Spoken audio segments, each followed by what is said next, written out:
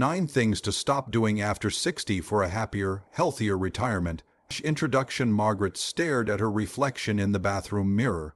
She'd just turned 62 last week. The woman looking back seemed tired, defeated, nothing like the vibrant person she remembered being. Her husband walked up behind her. "You okay, honey?" She forced a smile, just thinking about retirement plans. But deep down, Margaret felt trapped. Trapped by habits she'd carried for decades. Patterns that once served her well now felt like chains. She wasn't alone in this struggle. Millions of people cross the 60 threshold each year. They carry outdated blueprints for success. Strategies that worked in their 30s and 40s become obstacles in their 60s and beyond. The truth is shocking. 9 specific behaviors sabotage retirement happiness. They steal energy, damage relationships, and crush dreams. Most people don't even realize they're doing them. Tonight, we're exposing these silent destroyers. You'll see exactly how they operate. More importantly, you'll discover what to do instead. Your best years don't have to be behind you. They can be ahead. But first, you need to stop doing what's holding you back. Are you ready to break free? The hidden cost of old patterns. Robert had always been a high achiever. Corporate executive for 35 years. Corner office, 6-figure salary, respect from colleagues. His identity was wrapped up in his work. Then retirement arrived. Suddenly, the phone stopped ringing. No more urgent meetings. No crisis to solve. The silence felt deafening. He tried to stay busy, checked email constantly, called former colleagues about projects that no longer needed his input. His wife watched him pace the house like a caged animal. "You need to let go," she said gently, but Robert couldn't. His entire sense of worth came from being needed at work. Without that external validation, he felt invisible, worthless. This scenario plays out in countless homes across the country. People retire from their jobs but never retire their outdated mindsets. They cling to patterns that no longer serve them. The science behind this struggle is fascinating. Our brains form neural pathways through repetition. These pathways become superhighways of thought and behavior. After decades, they feel automatic, natural. But what serves us in one life stage can destroy us in another. The ambitious drive that built careers can create restless misery in retirement. The perfectionism that ensured quality work becomes paralyzing anxiety about aging. The people-pleasing that smoothed workplace relationships leads to exhaustion and resentment. Your brain is remarkably adaptable. Scientists call this neuroplasticity. Even after 60, you can form new neural pathways, create fresh patterns, develop healthier habits. The key is recognizing which old patterns need to go. Some behaviors are like expired medicine. They might have helped once, but now they're toxic. Breaking free requires courage. It means admitting that strategies you've relied on for decades might be wrong for this season. That's not failure. That's wisdom. The question isn't whether you can change. The question is whether you're willing to. Stop doing thing 1. Living in work mode. Sandra retired 6 months ago from her job as a school principal. She still wakes up at 5:30 a.m., makes coffee while checking her phone, scans news articles about education policy. Old habits die hard. Her daughter calls around noon. "Mom, what are you doing today?" "I'm researching volunteer opportunities. Found 3 educational nonprofits that need help. Also planning to reorganize my home office." There's a pause. "Mom, you sound stressed. Aren't you supposed to be relaxing?" Sandra laughs, but it sounds forced. "I don't know how to relax." This conversation happens in living rooms everywhere. People retire from their jobs, but never retire their work mindset. They approach retirement like another project to manage, another goal to achieve. Work mode thinking is characterized by constant productivity pressure. Every moment must be optimized. Every activity must have a purpose. Rest feels like laziness. Spontaneity seems irresponsible. This mindset served you well during your career. Employers rewarded efficiency, goal setting, and achievement. Your paycheck depended on measurable results. but retirement operates on different principles. Success isn't measured by productivity metrics. Happiness doesn't come from checking boxes on a to-do list. The pressure to stay busy becomes a prison. You schedule every hour of every day. Sign up for multiple volunteer commitments. Take on projects that feel more like work than joy. Your body rebels against this artificial pressure. Stress hormones remain elevated, sleep quality suffers, you feel tired but can't understand why. The irony is heartbreaking. You worked decades to earn the freedom of retirement. Then you waste that freedom trying to recreate the structure you just escaped. True retirement means giving yourself permission to be unproductive sometimes. To sit on the porch without an agenda, to read a novel in the middle of the afternoon, to take a nap because you feel like it. This doesn't mean becoming lazy or purposeless. It means finding a rhythm that honors both activity and rest, both achievement and enjoyment. Some days, your biggest accomplishment might be watching clouds drift across the sky. That's not wasted time, that's reclaimed humanity. Your worth doesn't depend on your productivity. Your value isn't measured by your busyness. You are enough exactly as you are, even when you're doing absolutely nothing. Stop doing thing 2. Saying yes to everything. Tom's calendar looked like a game of Tetris. Monday, volunteer at the food bank. Tuesday, babysit grandchildren. Wednesday, church committee meeting. Thursday, help neighbor with home repairs. Friday, community theater rehearsal. His wife found him staring at the schedule. "You look overwhelmed." "I just want to help," he said. "Everyone needs something, but what do you need?"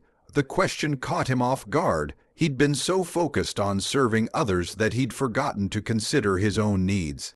People pleasing reaches epidemic levels after 60. Retirement creates a vacuum of purpose. Many people fill this void by saying yes to every request, every invitation, every opportunity to help. The math seems logical. More service equals more meaning, more involvement equals more fulfillment, but the equation doesn't work that way. Chronic yes saying leads to overcommitment and burnout. You spread yourself so thin that you can't do anything well. Quality suffers, enjoyment disappears, resentment builds. The psychology behind this pattern runs deep. Many people derive self-worth from being needed. If no one asks for help, they feel forgotten, invisible. So they make themselves indispensable to everyone, but indispensable to everyone means precious to no one, including yourself. Your energy is finite, your time is limited. Every yes to someone else is a no to yourself. Every commitment you make reduces your capacity for spontaneity and self-care. The people who care about you don't want you to exhaust yourself for their benefit. They want you healthy and happy. If your help comes at the cost of your well-being, it's not really helping anyone. Learning to say no feels selfish at first. You worry about disappointing people, about seeming uncaring or lazy. But saying no to some things allows you to say yes to the right things. The right things align with your values, energy levels, and genuine interests. They energize rather than drain you. They feel like choices rather than obligations. You don't owe everyone your time just because you have it. Retirement is your reward for decades of service. You've earned the right to be selective about how you spend your days. Practice this phrase: "That sounds wonderful, but I can't commit to that right now." No elaborate explanations needed. No apologies required. Just a simple, honest boundary. Your worth doesn't depend on your usefulness to others. You matter because you exist, not because of what you do for people. Stop doing thing 3. Avoiding new technology. Eleanor watched her granddaughter swipe through photos on a tablet. The device looked like magic. Pictures appeared and disappeared with a touch. Videos played at the tap of a finger. "Can you show me how to use this?" Eleanor asked. Her granddaughter's face lit up. "Of course, Grandma." But an hour later, Eleanor felt frustrated. "I'm too old for this. My brain doesn't work like yours." This scene repeats in homes worldwide. Older adults convince themselves they can't learn new technology. They create mental barriers that become self-fulfilling prophecies. The resistance often stems from fear rather than inability. Fear of looking foolish, fear of breaking something expensive, fear of admitting they don't understand something that seems natural to younger people. But avoiding technology creates real isolation in our connected world. Family photos get shared digitally, video calls replace in-person visits, banking and shopping move online, medical appointments shift to telehealth. People who avoid these changes find themselves increasingly disconnected from modern life. They miss out on convenience, entertainment, and connection opportunities. The "I'm too old to learn" mindset becomes a prison. It limits growth and creates unnecessary dependency on others. It robs you of the satisfaction that comes from mastering new skills. Research shows that learning new technology actually benefits aging brains. It creates new neural pathways, improves memory and cognitive function, provides mental stimulation that keeps minds sharp. The key is starting slowly and being patient with yourself. Choose one device or app to focus on. Ask for help without shame. Practice regularly without pressure. Remember that everyone struggles with new technology at first. The teenagers who seem naturally gifted actually learned through trial and error too. They just had more time to practice. You don't need to become a tech expert, but basic digital literacy opens doors to entertainment, information, and connection. It keeps you engaged with the world around you. Your age is not a barrier to learning. Your assumptions about your age might be. Those assumptions can change with your first successful video call or photo share. The satisfaction of sending your first text message or navigating a new app feels incredibly empowering. It proves that your mind is still capable of growth and adaptation. Stop doing thing 4. Neglecting physical health. David dismissed the chest pain as heartburn, ignored the shortness of breath climbing stairs, skipped his annual physical because he felt fine. 3 months later, he was in the emergency room with a massive heart attack. "Why didn't you come in sooner?" his doctor asked. David shrugged from his hospital bed. "I thought I was invincible." This dangerous thinking affects countless people after 60. They assume their bodies will continue functioning without maintenance. They neglect warning signs and avoid preventive care. The invincibility mindset that served them in youth becomes a liability in later years. Bodies that once recovered quickly from stress and neglect now require more careful attention. Many people resist this reality. They equate health consciousness with surrender to aging. They'd rather ignore problems than acknowledge their changing needs. But neglecting physical health doesn't preserve youth. It accelerates decline and reduces quality of life. Small problems become major crises when left untreated. The opposite approach transforms the aging experience. Regular medical checkups catch issues early. Consistent exercise maintains strength and flexibility. Proper nutrition supports energy and mental clarity. This isn't about becoming obsessed with every ache and pain. It's about taking reasonable precautions to preserve the health you have. Your body has served you faithfully for 60+ years. It deserves respect and care, not neglect and denial. Regular maintenance prevents costly repairs down the road. Exercise doesn't require marathon training. Walking, swimming, or gentle yoga can make significant differences. The goal is movement, not athletic achievement. Nutrition becomes more important with age, not less. Your metabolism slows. Your body needs fewer calories but more nutrients. Quality matters more than quantity. Sleep quality affects everything from immune function to mental health. Creating good sleep habits pays dividends in energy and well-being. The time to address health issues is before they become emergencies. Prevention is always easier than treatment. Early intervention saves both suffering and medical costs. Your health is your most valuable asset. It determines how you'll experience your retirement years. Invest in it wisely. Stop doing thing 5. Holding on to past grudges, Patricia's sister had hurt her feelings at their mother's funeral 15 years ago.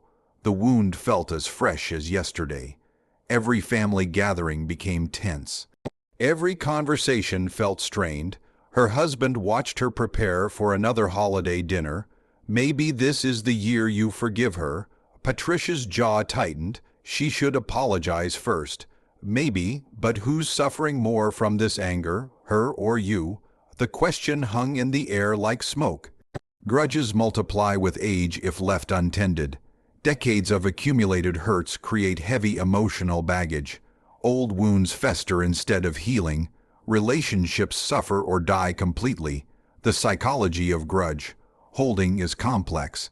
It provides a sense of moral superiority, a feeling of being wronged by someone who should have known better. The anger feels justified, even righteous. But carrying grudges is like drinking poison and expecting the other person to get sick. The anger hurts you more than its target. It creates stress, raises blood pressure, and disrupts sleep. Family gatherings become minefields. Simple conversations turn into potential conflicts. Joy gets overshadowed by old resentments and unresolved pain. The grudge holder often suffers more than the person they're angry with. They replay old hurts repeatedly.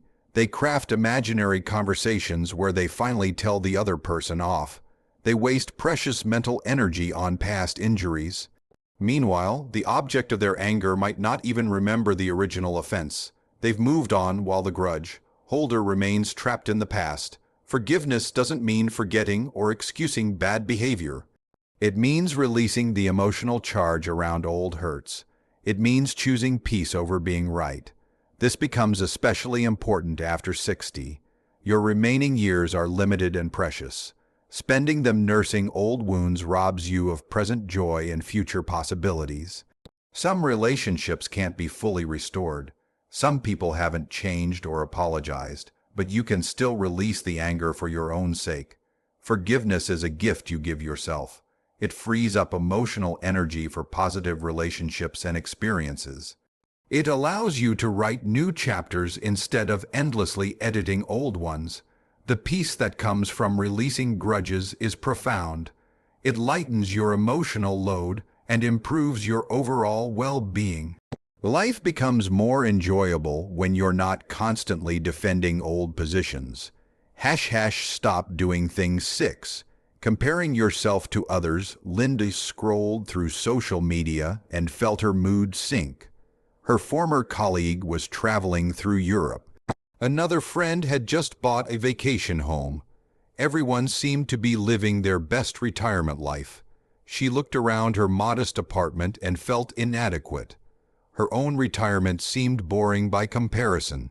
Ordinary, unsuccessful, but what Linda didn't see were the scenes struggles. The colleague's marriage was falling apart. The friend with the vacation home was drowning in debt. The perfect pictures hid imperfect realities. Social media creates a highlight reel effect. People share their best moments and hide their challenges. Their lives appear more exciting and successful than they actually are. This comparison trap becomes especially dangerous after 60. Retirement brings unique anxieties about money, health, and purpose. Seeing others who seem to be thriving intensifies these insecurities. The comparison mindset steals contentment from perfectly good lives. It turns blessings into disappointments. It makes enough feel like not enough. Everyone's retirement journey is different. Some people have more money but less health. Others have strong relationships but financial struggles. Comparing surface appearances misses the full picture. Your neighbor's new car doesn't diminish your reliable old one. Your friend's exotic vacation doesn't make your local adventures less meaningful. Their success doesn't require your failure. The grass often looks greener on the other side because you're not the one mowing it. Every life has challenges and trade-offs that aren't visible from the outside. Focusing on others' achievements distracts you from appreciating your own. It wastes energy that could be spent creating the retirement you actually want. The antidote to comparison is gratitude. Regular appreciation for what you have shifts your perspective from scarcity to abundance. It highlights the good things you might be taking for granted.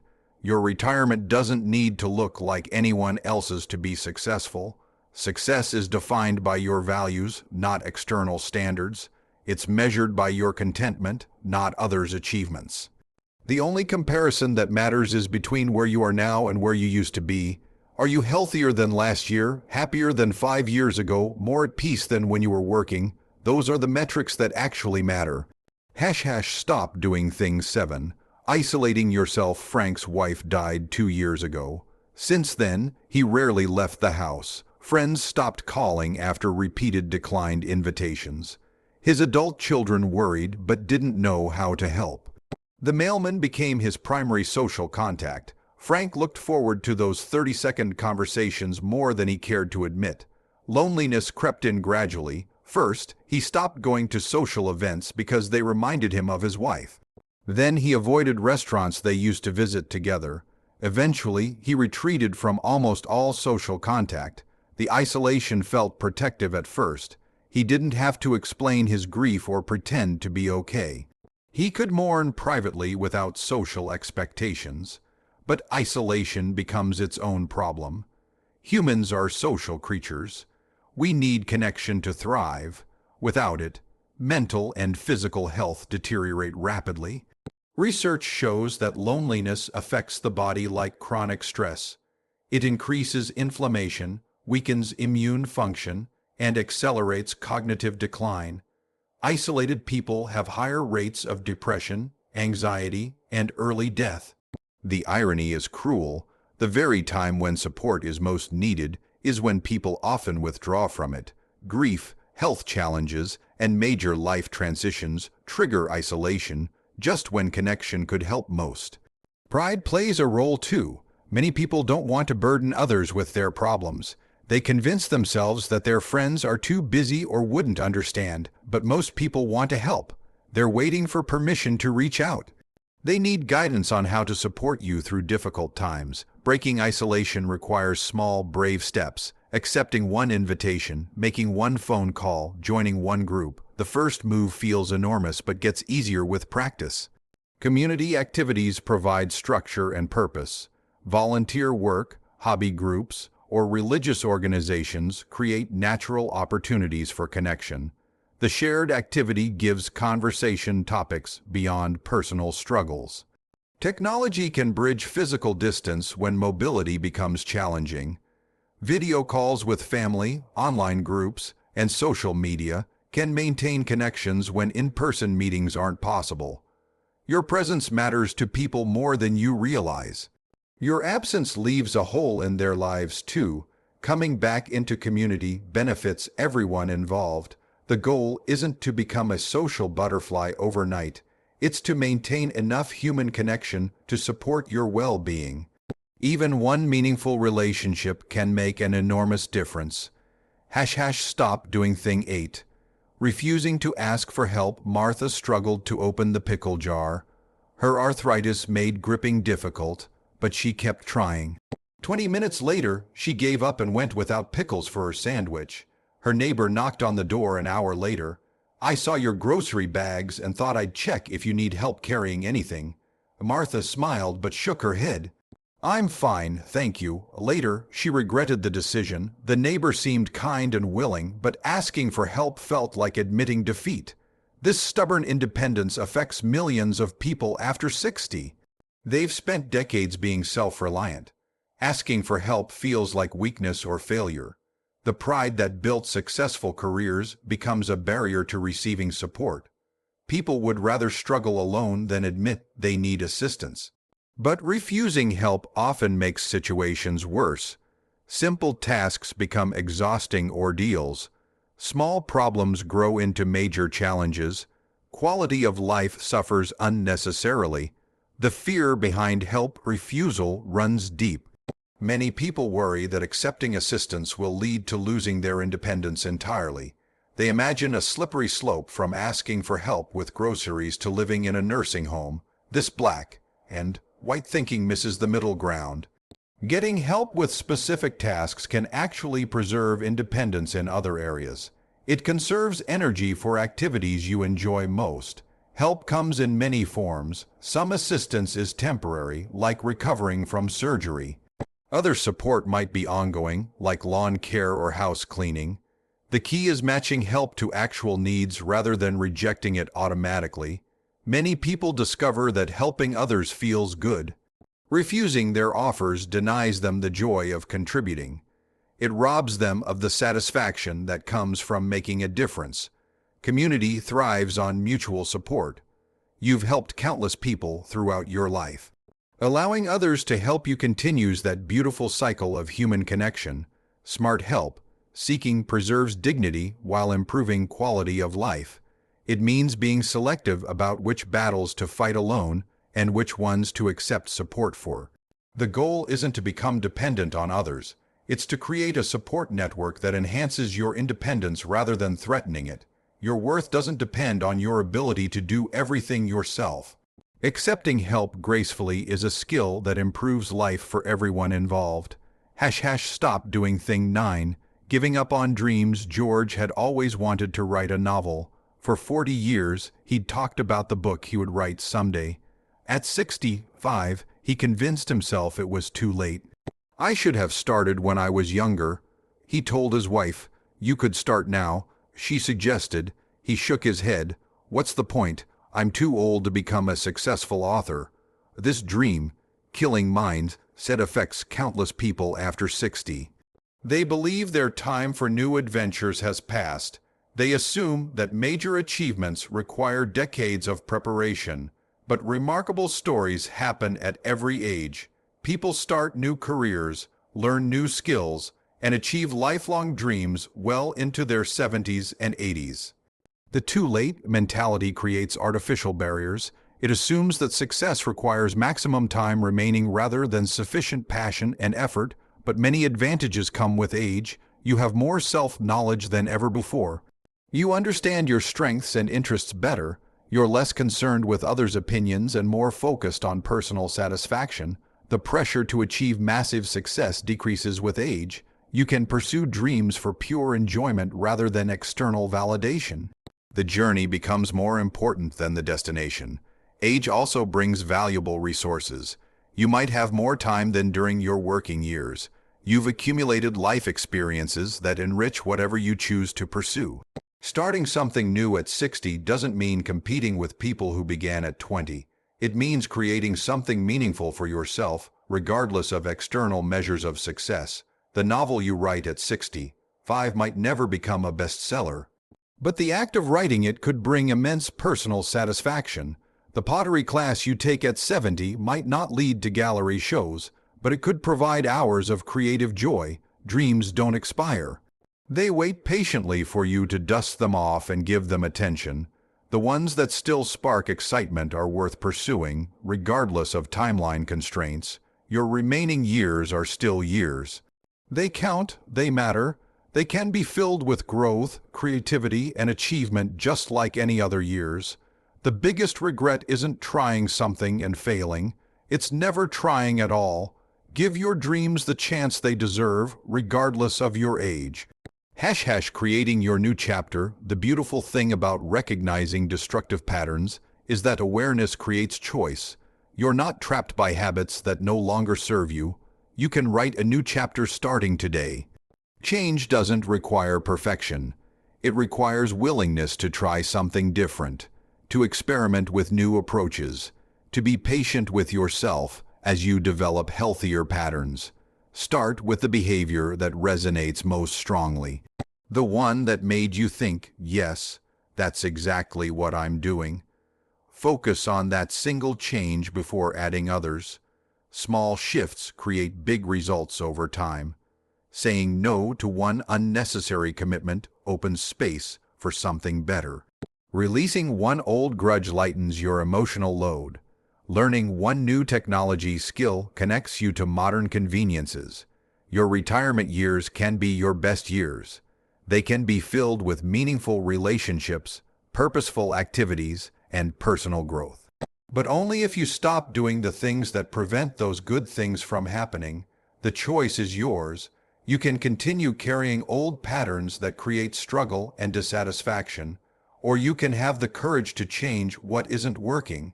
Your future self is counting on the decisions you make today. Make them count, make them matter, make them lead to the retirement you truly want. The adventure of your lifetime might be just beginning.